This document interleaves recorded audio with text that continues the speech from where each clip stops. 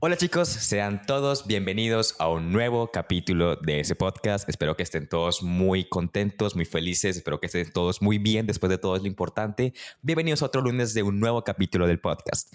Hoy estoy muy agradecido porque la semana pasada le ha ido bien al podcast, se ha escuchado mucho y la verdad es que les agradezco mucho. Si no se han suscrito o no se han seguido en Spotify o en la plataforma en la que nos esté escuchando, pues los invito. El día de hoy tenemos a un invitadazo de talla grande, algo que ha hecho revolucionario. O sea, es un proyecto completamente que no he visto jamás y no he visto a personas hacer. Tenemos a Juan de El Enemigo, que tiene un proyecto demasiado interesante. Déjenme escucharles que cuando les digo esto. Ustedes ven un formato tipo Anthony Fantano, que hace crítica de música y reviews, pero con bandas underground en Colombia o que no se escuchan en todos lados, o especialmente música latinoamericana.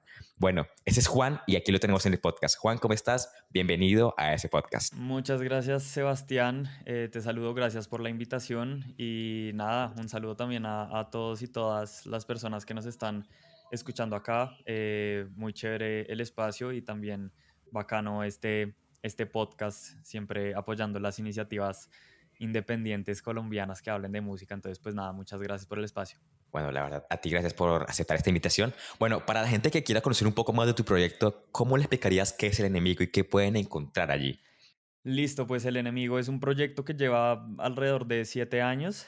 em, y es pues más o menos como tú lo describiste, sí es como un formato, digamos, de comillas influencer, por así decirlo, o pues de personalidad digital o personalidad virtual, por así decirlo, que se enfoca en la música hecha en Colombia, ¿sí? Entonces yo cubro principalmente en reseñas críticas de discos de artistas que van desde lo más underground, pueden ser de jazz, de metal, de electrónica, de indie, de rap sobre todo, hasta artistas de la talla de J Balvin o de Fade o de Aterciopelados o de Morat. Em, a veces me tomo ciertas licencias para hablar también de artistas de Venezuela y Ecuador, que también pues tiene como escenas que me gustan y me interesan bastante, pero pues principalmente sí es, digamos eso, es como un portal que funciona en YouTube, Instagram, TikTok y Twitch, donde yo hablo incansablemente e insistentemente sobre la música hecha en Colombia de todas las latitudes y todos los géneros. Y sí, un poco eso con un ojo, comillas, crítico. O sea, yo no es como que diga, ay, sí, mira este disco y ya, sino que es como, mira, este disco es una mierda o mira, este disco es muy bueno. Entonces, sí, ese es el enemigo y ya llevo 7 años en esas. Wow, 7 años. Bueno, ¿y cómo nace ese proyecto? Estamos hablando de 2014. ¿De dónde nace esa idea de comenzar a hacer esos videos y comenzar este proyecto? Bueno, el enemigo nace cuando yo termino el colegio y empiezo la universidad, em, con un interés de divulgar música. Digamos que en el colegio yo siempre fui un poco como de el parche de melómanos del colegio, y siempre era como el más cansón al respecto, siempre era como el que estaba con la última noticia de la última banda que sonaba o escuchando rap así como extraño que nadie escuchaba, como de mi grupo de amigos. Y me gustaba mucho eso, pues hablar de música y compartir música con mis amigos, como que siempre me gustó mucho la reacción de mis amigos cuando les mostraba un artista nuevo y que ellos como que terminaran enganchados, como que era una sensación que siempre me ha gustado, como recomendar música. Eh, y entonces, pues, curiosamente, pues sí, como tú lo mencionas, Anthony Fantano sí fue como el referente del cual, pues, básicamente me copié en el formato. Entonces yo empecé a reseñar. Oh, ¿sí lo tuviste de referencia Sí, para el canal? claro, obviamente. Sí, no, pues yo a ese tipo lo sigo hace Wow. muchos, muchos, muchos años. Entonces, pues de hecho, antes del enemigo, pues yo había intentado hacer como una suerte de formato escrito, pero, pero como que no cuajó y no me llamó mucho. Hasta que pues dije como, bueno, pues imitemos el formato de este Anthony Fantano y pues empecé con el enemigo a reseñar un poquito de cosas colombianas, pero sobre todo cosas de, pues, de artistas gringos, de artistas internacionales. hasta que como al año, año y medio del proyecto me enfoqué únicamente en artistas colombianos. Ok, ¿se puede preguntar el por qué nos centramos te comienzas a centrar en artistas colombianos y de nuestra nacional, Claro, nuestra talla? sí, pues digamos que yo, o sea, yo entro en el 2014 a estudiar música en la Universidad Javeriana acá en Bogotá y digamos que la Facultad de Música acá, pues en la Javeriana, eh, digamos que sí tiene una gran influencia en la música de Bogotá, es decir, muchos artistas, muchas bandas, sean de jazz, de músicas folclóricas, de rock, de punk, de metal, de lo que sea, se forjan en esa facultad. Entonces, como que fue un poco inevitable chocarme como con esa realidad de que pues mis profesores tenían bandas, mis compañeros de clase tenían bandas, mis amigos tenían bandas, incluso los de la Facultad de Artes tenían bandas, los planes pues de los fines de semana no era como ir a de fiesta, como a bailar reggaetón en la zona rosa de la ciudad, sino como ir a los conciertos de los panas, ir a los conciertos de los amigos, bla.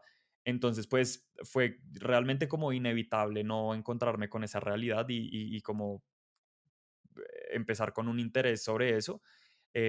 Y pues también que me empecé a dar cuenta que realmente pues no valía la pena hablar de artistas internacionales, o sea, pues como a quien, sí como a quien le interesa un medio de comunicación más hablando del nuevo disco de Lorde o el nuevo disco de Drake o el nuevo disco de Kanye West, como a quien le importa, así como pues yo lo puedo leer en Pitchfork o lo puedo ver la reseña de Anthony Fantano y ya, o sea, como que siento que hacen falta más espacios para la música local y la música colombiana que, que de pronto no existen precisamente por darle atención a artistas internacionales. Entonces, fue eso, como una combinación de un interés muy genuino de que pues mi contexto ya estaba enmarcado en la música local y combinado con un interés, lo puedes llamar político, un interés también como político de pues de luchar por la música y la cultura colombiana.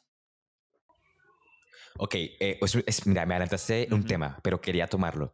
¿Cómo es pues, contexto de la cultura colombiana con la música? ¿Cómo la maneja el gobierno? Aquí nos pusimos bien políticos en un momentico, pero sí quisiera saber un poco de cómo está ese momento. Em, pues digamos que o sea, creo que históricamente los gobiernos colombianos no es que no es que resalten mucho por su preocupación en la cultura colombiana, ¿no? Es decir, pues siento que sea el gobierno que sea izquierda, centro, derecha, pues como que la cultura es de las últimas cosas que piensan en su agenda política. Y pues esa es la realidad también con la que yo me encuentro desde que empiezo el proyecto, ¿no? O sea, em, entonces pues en Colombia es una realidad donde, pues sí, lo que te digo, la ciencia y la cultura pues son como de las cosas en las que menos invierte el país y el gobierno de turno. Entonces, pues sí es, digamos que tenemos una industria de la música muy precaria. Digamos, Ok, siento yo que nosotros en temas de desarrollo e infraestructura cultural estaremos atrasados, no sé, unos 20 años, si no más. Entonces, pues, así como la mayoría de artistas en nuestro país son emergentes, pues la misma industria y el mismo ecosistema también es un ecosistema emergente, ¿no? Digamos, todavía hay muy pocas empresas que hacen eventos en vivo, todavía hay casi que no existen agencias de management o de gestión de artistas. La profesionalización del sector cultural también es muy precaria. Los artistas no saben cómo defender sus derechos. El acceso a la información de cómo un artista puede proteger sus derechos es muy escasa y es muy difícil de llegar. Pues también vivimos en un país donde todavía hay muchas zonas rurales donde no llega ni siquiera al internet. claro. Entonces, pues, o sea, si no hay internet, no hay información y ni siquiera hay tecnología para que puedan hacer música. Obviamente somos un país políticamente centralizado donde todo gira alrededor de Bogotá y Medellín, pues, entonces, si me entiendes, como que donde está la economía, desafortunadamente también está la mayoría de cultura. Entonces, claro, si tú tienes una banda, qué sé yo, en Bucaramanga, pues, marica, tocas por ahí una vez La tienes cada seis complicada. meses En cambio, en Bogotá y en Medellín hay eventos casi todos los días. Entonces, como, no sé, o sea, siento que en Colombia el tema de la música y de la industria musical y la cultura siento que sí está mejorando, es decir, sí siento que estamos yendo hacia algún lado mejor cada día, y siento que cada vez hay más gente interesada y hay como un ánimo de mejorar, pero igual todavía nos falta un montón y sí siento que el gobierno tiene bastante abandonado el sector cultura en todos sus ámbitos. Entonces sí, pues eso te podría contestar. Wow, wow, qué cosa tan fuerte lo que estamos viendo. Bueno, sí me he dado cuenta y sí he leído al respecto y la verdad sí he conocido a artistas que están nulos de información, que no saben qué Ujú, hacer ni cómo manejarlo y pues están aquí en Colombia.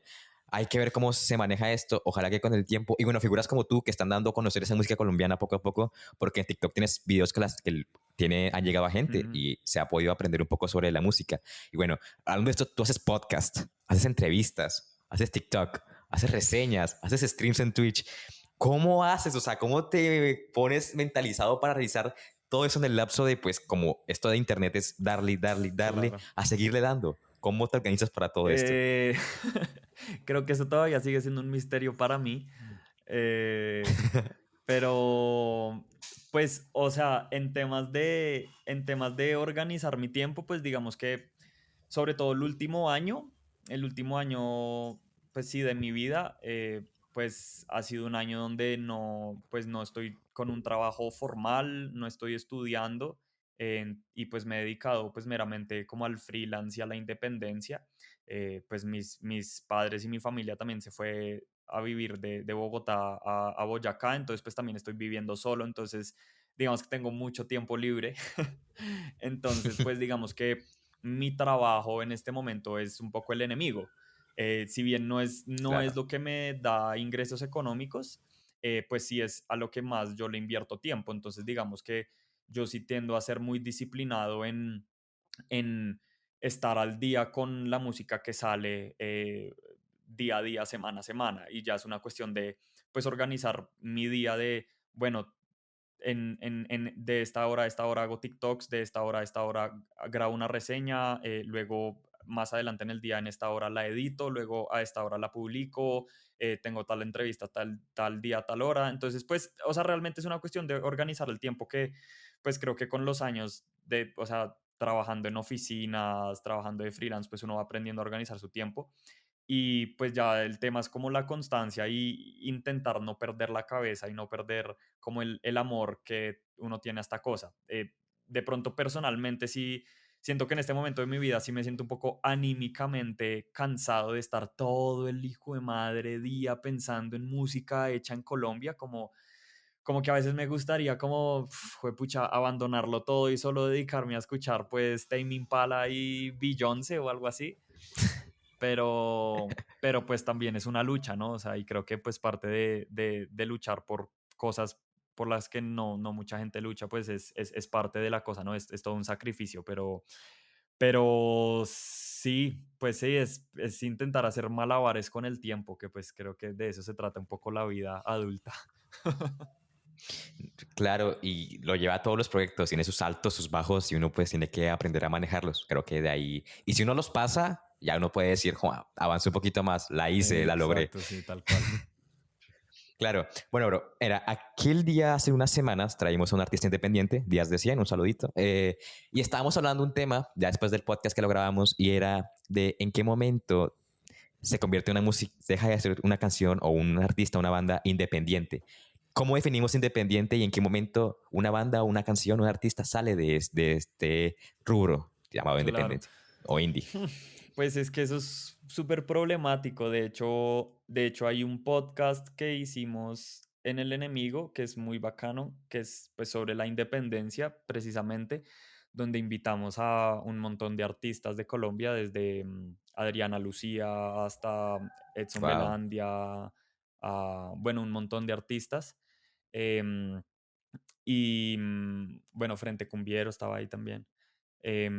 Y pues realmente como que, o sea, el término independencia siento que se usa muy a la ligera y pues creo que yo también caigo un poco en ese vicio de usar como la palabra o el término independencia un poco a la ligera, pues digamos, en términos de comunicación es muy fácil usarlo y como entender comillas qué significa, pero siento que también es una excusa como de un sistema económico mucho más grande para un poco lo que tú dices, como poner límites a lo que no da dinero para el gran sistema y a lo que sí.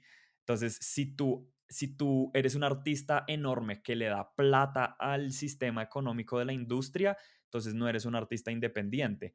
Pero si tú así tengas 1000, 2000, 3000, 10.000 fans, que pues es un montón de gente, pero no generas un montón de réditos pues para una gran corporación como puede ser un sello disquero grande, pues eres un artista independiente y sigues en el underground. Entonces, pues en ese término, pues yo creo que sí, digamos el término como de independencia en un sistema pues así como más complejo, sí puede referirse un poco a eso, ¿no? Como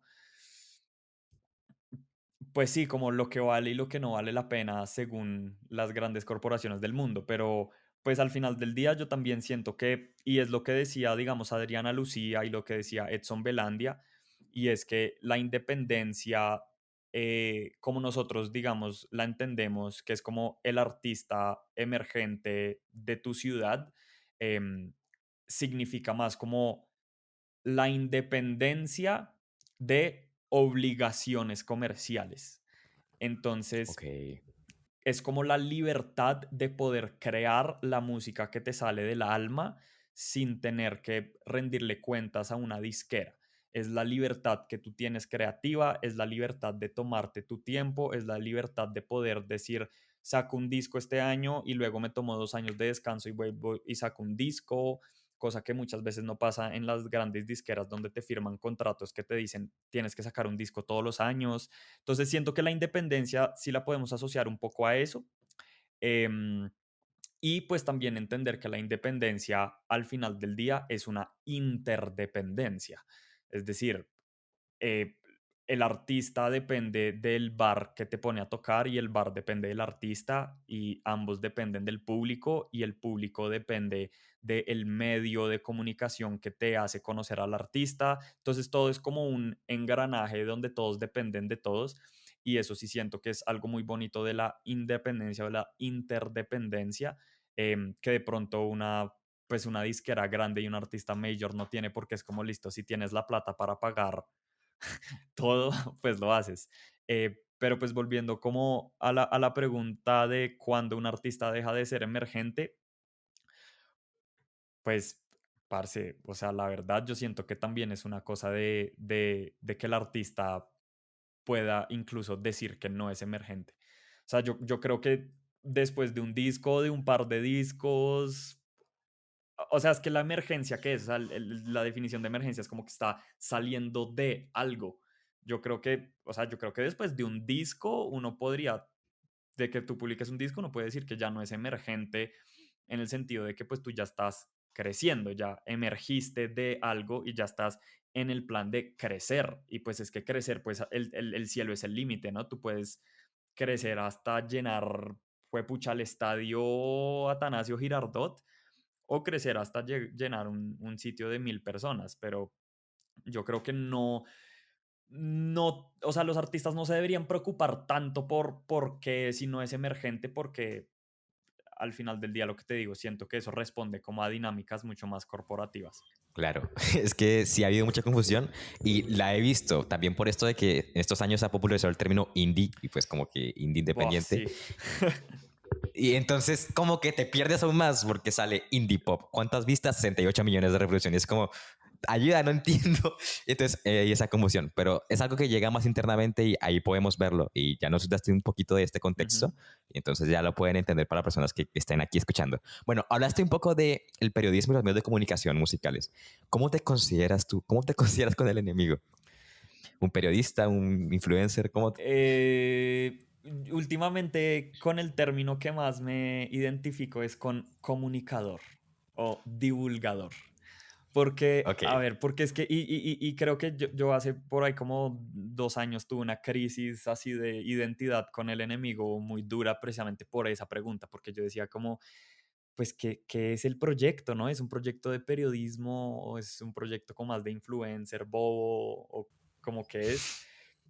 Y, y sí siento que como el 2019, 20 sí fue como una época un poco oscura del enemigo, donde yo no tenía ni idea como por dónde encaminarlo, hasta que finalmente dije como, parce, o sea, el periodismo es un oficio de investigación, de documentación y es algo tremendamente estricto y que es un oficio el cual de pronto yo me podría, en el cual de pronto el proyecto se enmarca y yo me enmarco, pero que no me considero el mejor haciendo periodismo y tampoco siento que el proyecto del enemigo tenga el tiempo y el formato para hacer contenido, digamos, periodístico tan de investigación y tan meticuloso como lo debería ser un proyecto periodístico, ¿no? O sea, el Claro, periodismo es de investigación, de comprobar datos, de ser súper juicioso, sobre todo mucho enfoque en las entrevistas,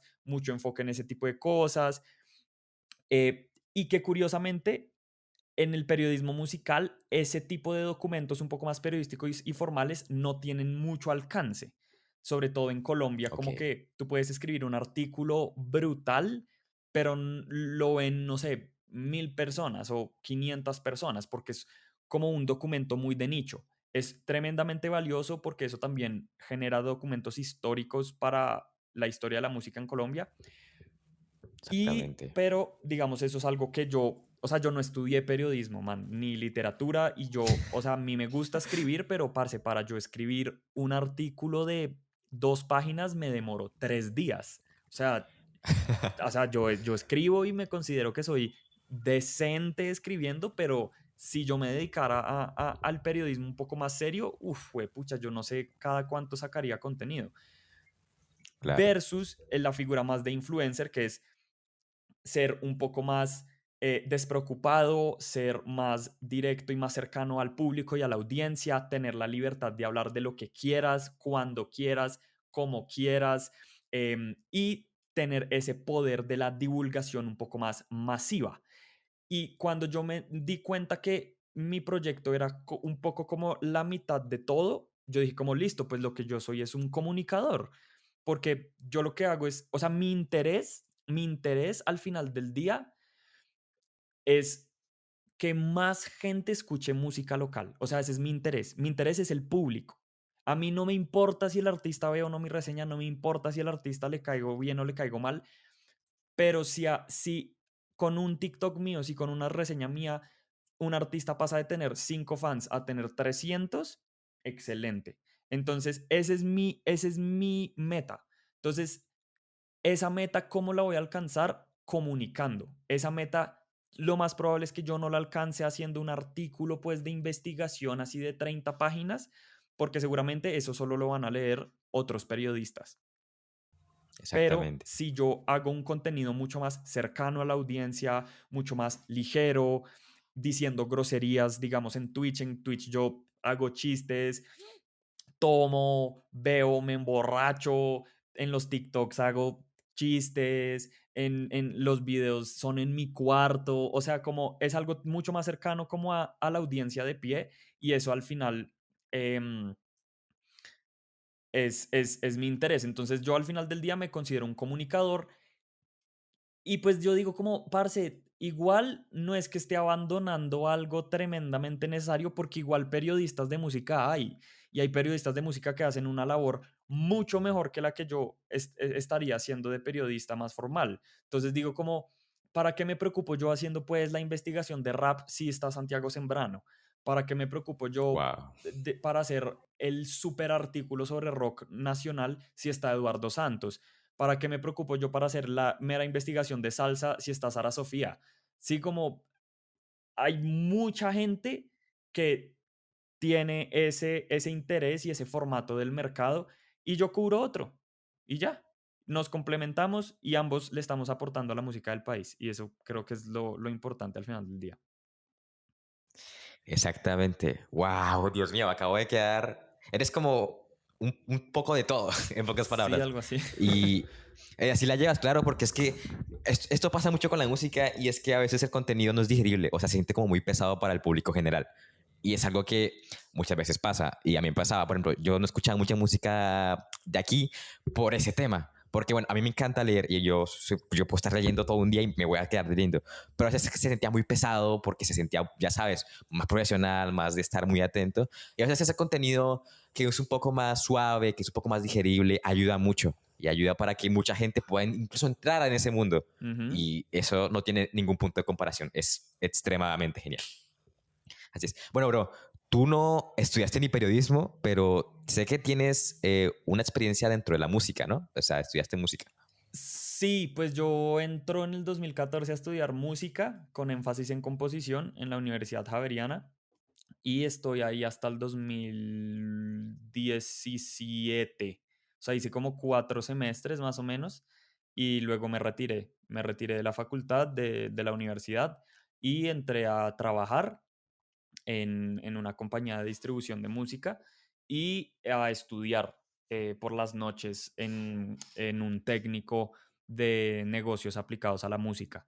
Entonces, pues digamos que mi cartón pues, de estudios es un diplomado de negocios aplicados a la música, más pues de resto, pues sí, trabajo de oficina, digamos, normal.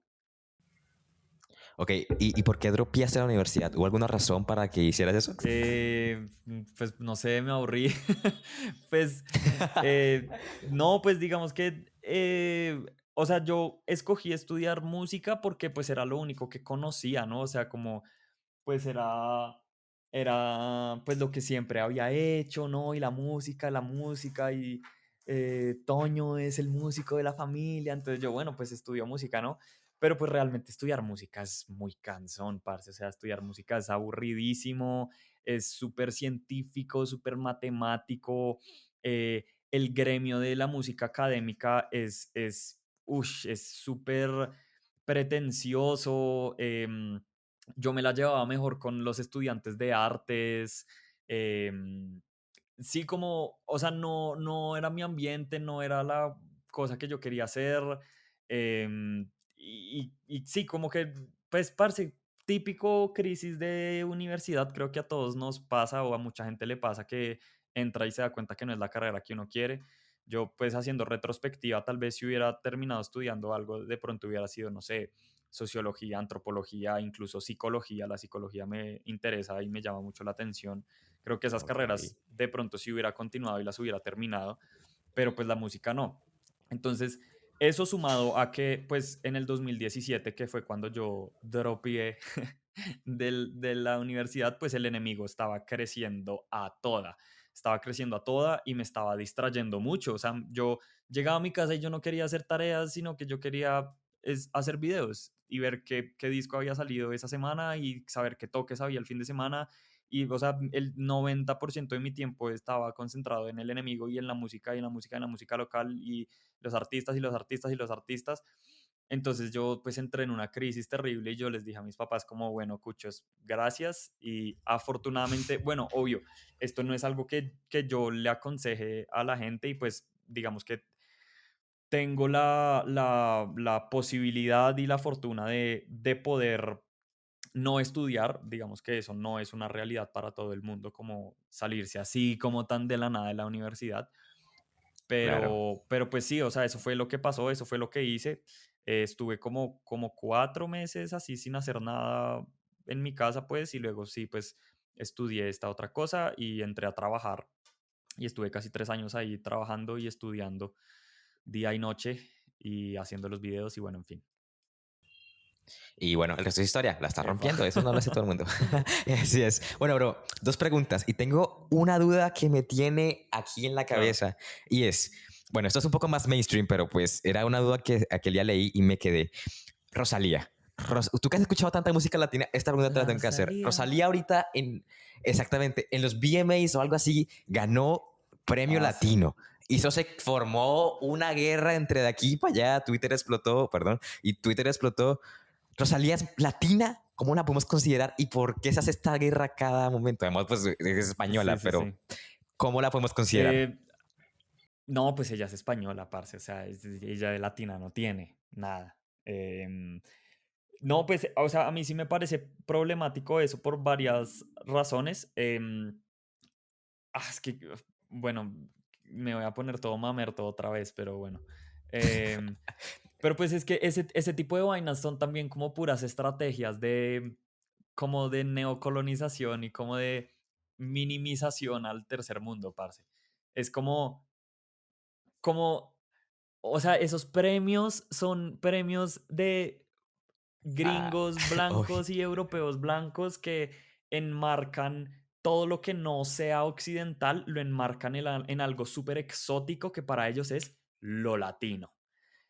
Entonces es como, parce, como todo lo que suene medio folclórico y español. Que bueno, o sea, eso sí, digamos, como que le doy el aplauso a Rosalía y es que pues al final del día ella sí está haciendo música folclórica española, sí, o sea, es una suerte de música folclórica llevada claro. al mainstream o llevada, digamos, a su configuración creativa. Entonces, pues digamos que de folclórico sí hay algo, pero es como, es eso, sí, es como una forma para reducir la complejidad que tiene un continente como Latinoamérica y reducirlo a Exactamente. que lo latino es como un gran ente de básicamente indios así tercermundistas que viven por allá en chozas, weón, que Bogotá es un potrero lleno de vacas. Eso es lo que yo, que, o sea, no es culpa de Rosalía, si me entiendes, no es culpa de Rosalía. No, claro. Obviamente, ya si Rosalía decide empoderarse de su latinidad, que no sé de dónde diablos la saque, pues eso ya es problema con Rosalía, pero el problema es con los Grammys y el problema es con los Emmys y el problema es con toda esa gente que jura que lo latino es como alienígenas de quién sabe dónde. Sobre todo, además, aún más problemático, sin considerar que los españoles fueron los que vinieron acá a hacer el chiquero y a destrozar todo. Entonces es como, o sea, ponen a una española, que bueno, o sea, no estoy diciendo que Rosalía haya llegado acá con el barco a matar indígenas, pero es neocolonización, es neocolonización. Al final del día eso es neocolonización. Y sí, pues me parece terrible. Aún así, yo soy mega fan de Rosalía, o sea, adoro a Rosalía y me encanta su No, música, yo pero también. No, exactamente. Pero es que sí está bien ese problema ahí, está bien caliente. Pues decir, a mí me encanta El Mal Querer. Ese álbum uf, sí, lo es adoro, me brutal. encantó muchísimo. Es buenísimo. Bueno, ya para irnos despidiendo, Juan, ¿qué viene para el enemigo? ¿Qué podemos esperar en un futuro? Y también para ti, ¿qué viene para estos momentos que se vienen? Que viene para el enemigo en este momento, aunque bueno, no sé esto cuándo salga, pero en este momento, en literal, en hora y media sale una nueva reseña. La estoy acá terminando de configurar. Bueno, vayan a verla. Esto ya salió hace rato, pero vayan a ver todas las reseñas que salgan en este lapso de tiempo que sale el podcast. Entonces, bueno, sí, reseñas entre 2 y 3 por semana. Va a venir harto contenido en TikTok. Estoy dándole duro a TikTok. De ahora en adelante voy a tener invitados e invitadas a las sesiones de Twitch. Van a ser desde artistas, productores, medios, influenciadores e influenciadoras que hablan de música en Colombia. Ya esta y la próxima semana tengo una agenda bien apretada de celebridades de la música en Colombia que van a venir acá a mi casa a emborracharnos en Twitch. Entonces sí, eso básicamente. Y nada, ya casi se acaba el año, entonces pendientes a todos y Ah, todas sí, de la se nos lista viene el de final de mis año. discos favoritos del 2021. Uy, esto va a estar bueno. Bueno, Juan, gracias por estar en este espacio tan chévere. Pudimos hablar un poco, la gente puede aprender un poco sobre aquí, de la música. Y pues como mi público no es colombiano, es gran parte colombiano, pero no es el mayor, puedo aprender un poco sobre cómo se está viviendo aquí esta parte de la música. Así que, Juan, para las personas que te quieren buscar en internet, ¿cómo te pueden encontrar? Arroba el enemigo Col de Colombia. El enemigo Col ya en todo, Exactamente. en Twitter, Instagram, YouTube, TikTok, Tinder, todo. Genial. A mí me puedes buscar como @distancian en todos lados y el podcast lo puedes buscar como ese podcast. Si no estás suscrito, no sé qué has esperado. ya te dije al principio y al final también. Si te estás escuchando en Spotify, Apple Podcast, Google Podcast, otra plataforma, te invito a que nos sigas y estés atento a cada entrevista. Yo soy Sebastián Martínez y nos vemos en otra entrevista. Adiós.